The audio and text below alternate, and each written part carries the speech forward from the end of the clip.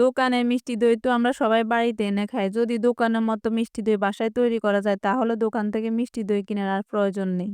এইভাবে মিষ্টি দই বানালে একদম পারফেক্ট হবে। আর মিষ্টি দই পারফেক্ট হয়েছে সেটা বোঝা যাবে একমাত্র দইয়ের হাঁড়ি যদি উল্টে দেওয়া যায়, তাহলে যদি দই এইরকমভাবে আটকে থাকে তাহলে বুঝবেন একদম দই পারফেক্ট জমেছে। দই বসানোর জন্য আমি এখানে ১ লিটার দুধ ৭০০ গ্রাম করে নিয়েছি। আজকে আমি বগুড়ার দই বসাবো। এজন্য আমি দইয়ের উপরে সরগুলো সব উঠিয়ে নেব।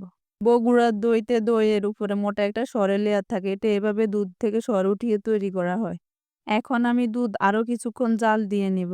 দিয়ে দেব 1/2 কাপ চিনি। আজকে দই আমি একটু টক মিষ্টি তৈরি করব। আপনারা আপনাদের টেস্ট অনুযায়ী চিনি দিয়ে নেবেন। এইবার চিনি দুধের সাথে ভালোভাবে মিশিয়ে নেব।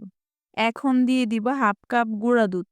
আবারও সম্পূর্ণ দুধের সাথে ভালোভাবে মিশিয়ে নিব যেন জমাট না বেঁধে থাকে।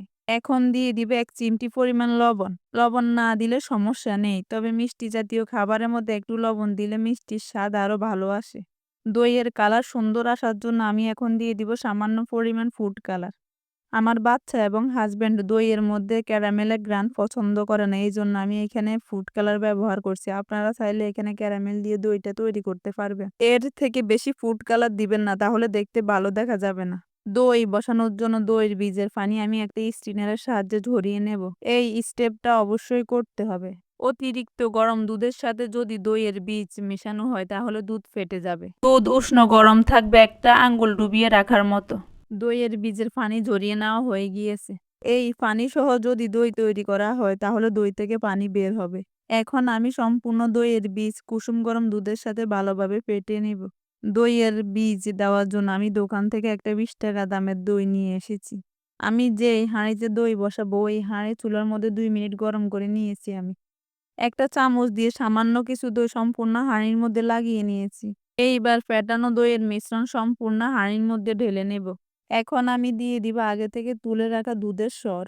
এই সরগুলো দইয়ের উপরে এভাবে দেওয়াতে দইয়ের উপরে একটা মোটা সর বসবে। এইভাবে নামি দামি হোটেলগুলোতে বগুড়ার দই তৈরি করে। আজকে আমি একটা পরিষ্কার বালতির ভিতরে দই বসাবো। এতে বালতির ভিতরে গরমও থাকবে, ভালো মশা মাছি তেলাপোকার আর কোনো আশঙ্কা থাকবে না। বালতি রান্নাঘরের এক সাইডে রেখে দিব সারা রাতের জন্য।